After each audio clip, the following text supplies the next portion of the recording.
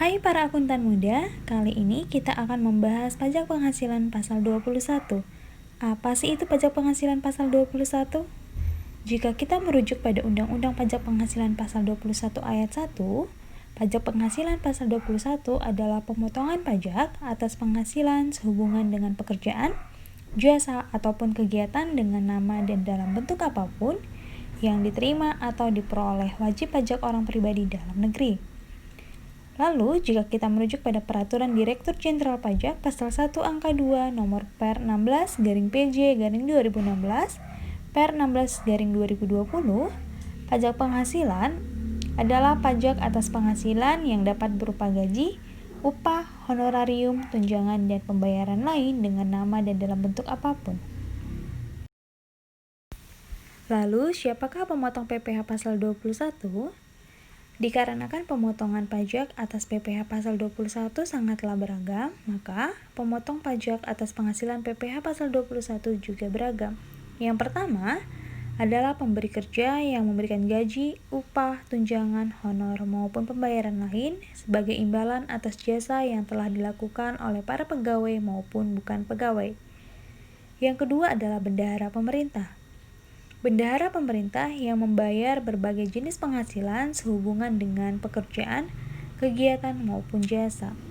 Bendahara pemerintah yang diberikan kewajiban memotong PPh Pasal 21 adalah bendahara atau pemegang kas pada Pemda, institusi TNI atau Polri, lembaga pemerintah, dan kedutaan besar Republik Indonesia yang berada di luar negeri.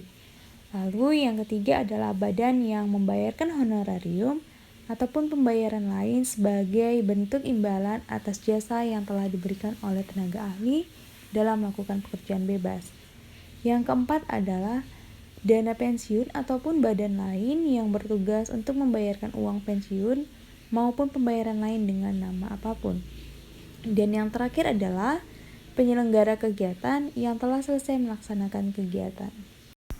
Jika kita telah mengetahui siapa saja pemotong PPh Pasal 21, maka berikutnya, siapakah yang menjadi wajib pajak PPh Pasal 21?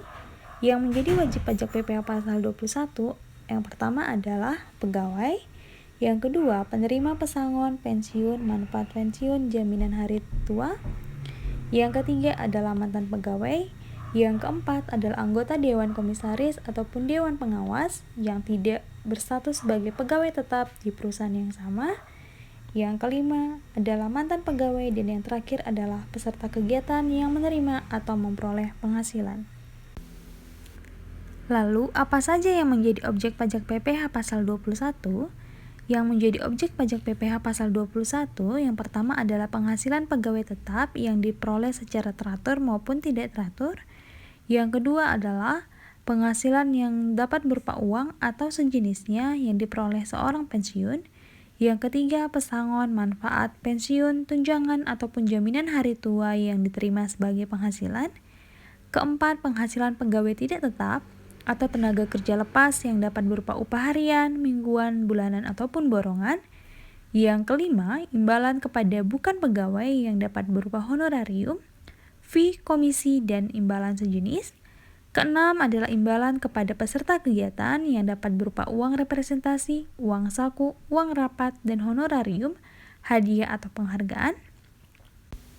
Berikutnya adalah penghasilan berupa honorarium ataupun imbalan yang diterima oleh para Dewan Komisaris maupun Dewan Pengawas yang diterima secara tidak teratur dan tidak berstatus sebagai pegawai tetap di perusahaan yang sama. Kedelapan adalah penghasilan dari jasa produksi, gratifikasi, tantiem, maupun imbalan lain yang diterima oleh mantan pegawai.